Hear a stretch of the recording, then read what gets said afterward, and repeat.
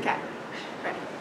So we're going to be in 11th grade English today, and we're going to be starting a unit on the confessional genre of writing, and we're going to kick that off by reading the poem Skunk Hour by Robert Lowell. Alright, can someone please read the learning objectives for me? Volunteer?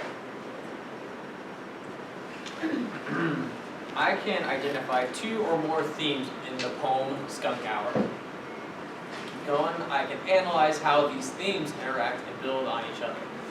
And lastly, I can explain my analysis using evidence from the poem. Thank you. So we're going to focus on the first learning objective because that's the first thing we're going to be doing today. So we're going to look at the vocabulary word identify. Can someone just give me a really basic definition of the verb to identify? Find. Right, to find. But how do we find a theme? It's not so simple as reading a text and pointing to it, right? So I gave you guys a little list to help you out in identifying theme. So you don't have to do them all in this order, and you don't have to do every single one of them. But if you keep these in mind while you're reading, then you should be able to find a theme pretty easily. So first thing you want to do is read the title, especially in poetry. The title can contain a bunch of meanings. Sometimes you read a poem and it doesn't make any sense unless you analyze the title. Then you want to map out the plot, and you don't have to write down a map. But you want to make sure you know who the characters are, you want to know the setting, you want to know the basic plot structure of what you're reading, otherwise you're not going to be able to find the theme. Then you want to mark any repeating imagery or words. Especially in poetry, poets use an economy of language, so they try and get as much meaning as they can in as few words as possible. So if an author spends a lot of time on one word or image in particular, then it's going to be really important. Then you want to note words that convey a strong tone. Your tone is going to be connected to your theme, and those are generally going to be very important parts of the poem. Then you want to consider your speaker's point of view. You want to remember that the speaker is not the author. The speaker could be an inanimate object, it could be a fictional character, it could be the author's alter ego, but you want to find out who that speaker is and what their point of view is. Then you want to write down the different subjects that the poem is addressing, and those are usually one word, so the subject is not the theme. That's very important to remember. The subject is, like racism, and the theme is going to be the author's opinion on racism. So the theme is going to be a phrase. Okay? Make sense? Alright, moving on. Before we read the poem, we're going to do a little pre-reading activity with vocabulary. So when I tell you to, I want you guys to get into groups of 3 or 4 with your seat neighbors, or every sitting around. You only need 1 piece of paper per group. And in your groups, you're going to organize these 2 words lists into groupings. And then I want you to label each of the groups that you make. So for example, if your word list had the words stanza, line, and meter in it, then you could group those 3 together and label it parts of a poem. And I want you to keep these 2 word lists separate. And you can organize them any way you want. You could do it by grammar, you could do it by context, you could do it by meaning. Doesn't matter. Any way you want, just as long as it has a label that makes sense. And you can use a dictionary while you do this. This isn't a test on vocabulary. I just want you guys to organize it. Okay? Go.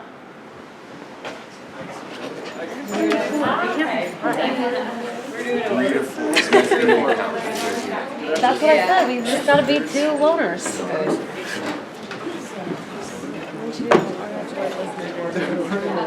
Yeah, we're in 11th grade, but you're still in 3rd. Oh man, that was beautiful. That was beautiful. So, once you Okay, so our academic overhead is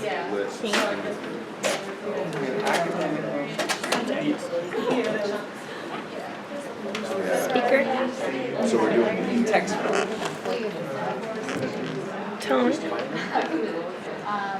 metaphor, simile, so like, Have our 2 lists ready. Keep 2 lists up.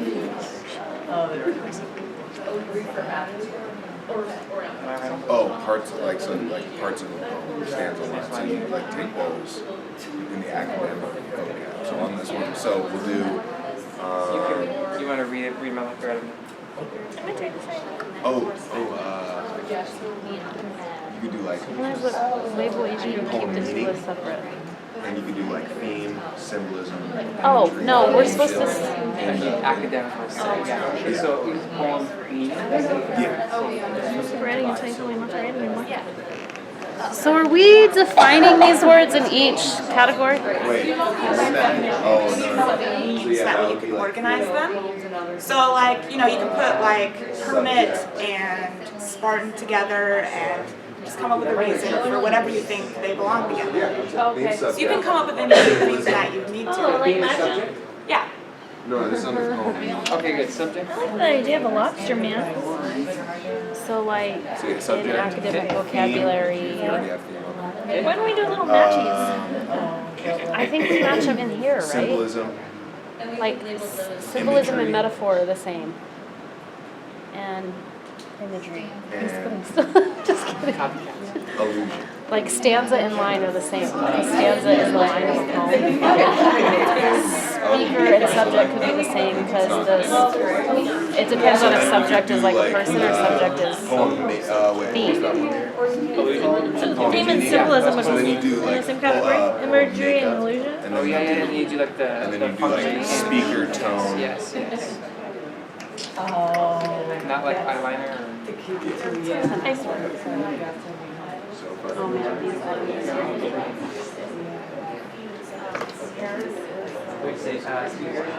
yeah, tone, metaphor, simile. Yeah. First left man, lobster man, half man. Stanza. Probably all in all are kind of the same. This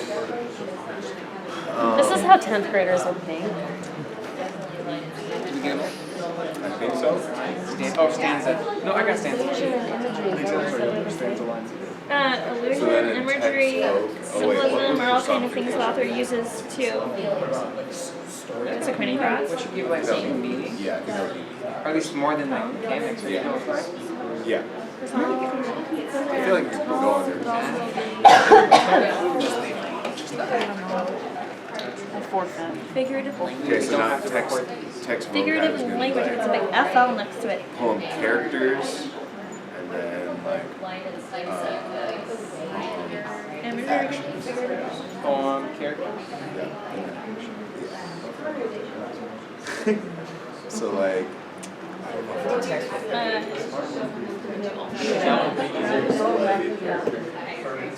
wait, but she said Spartan. So I'd say like text characters or like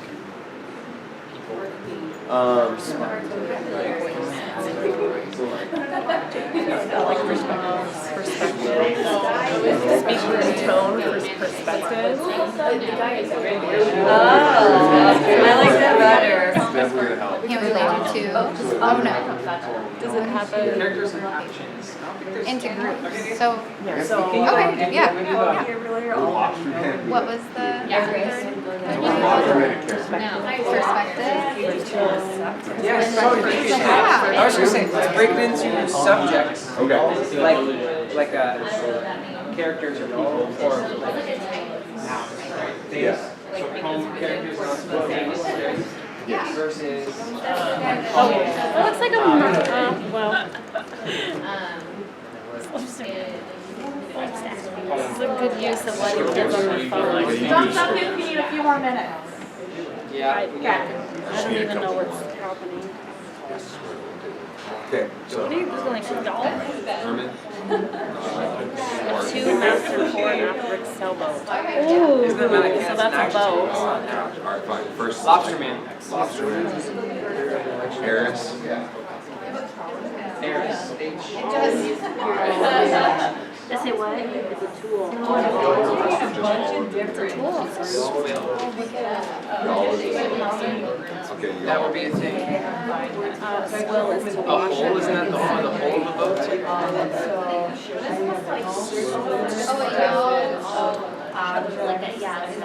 What is swimming as a verb? To wash or rinse out, like this, to swill out a. The example on Google is to swill out a patch, Oh, which I feel like I need a larger vocabulary. Okay, so that's just spider. Dotage is older weak. Person is older weak. I guess it's funny, it's hermit. I think about it's very Hermit. The hermit is funny. No, First like, solitude.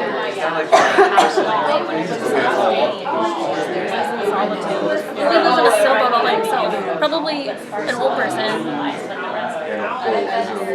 That's a religious discipline. I didn't know that it was a religious So the rest would just be under the other one. My hermitness is not religious. It's like It's a hermit, not I'm not even have.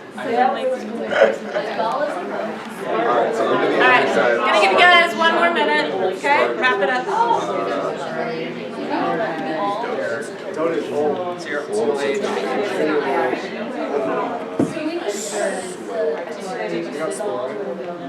Like that man is Yes, it was a verb. It's a verb. So oh god.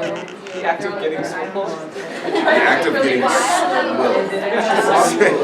I went to the gym and got swole. Rinsed out. Jimmy This actually sounds not too bad. I think that's all of them, right? I think we got this. What is spire? It's a taper. So what? It's like a steeple. Okay, Church everybody? tower. Good? Alright, so, gonna pick on one volunteer to share one category they made and tell me the label. Alright? Anybody want to volunteer? I picked out some figurative language that I saw, which would be like metaphor, simile, personification. So what did you label that group? Figurative language. Good, yeah, perfect. Alright, can I get one more volunteer? Yeah, I'll go. So kind of following the same thing, but we grouped it differently, like poem mechanics, or like tools that a poem would write with, and we put like tone, simile, stanza. Yeah, perfect. Can I get one volunteer for vocabulary from the text? Or I'll pick someone. Yeah, Beth. We had objects, so spire, hoe, and we think all. Great, yeah. So you can do any categorization that you want. It doesn't matter as long as you have a label that makes sense. So now I want a question. Based on the vocabulary from the text, what do you think the poem's going to be about? Can I get a prediction? Yeah. An old man on a boat, maybe? Sure. So why do you think that? Because we looked up dotage, which is aging, and I mean lobster man, lobster, but then a couple of the other words have to do with boats. Hermit is being alone. Yeah. Yeah, that's a good prediction. Anybody else have a different opinion? No? Okay, well that's it. Now we would read the poem, but we don't get to read the poem. Sorry, guys. We're out of time.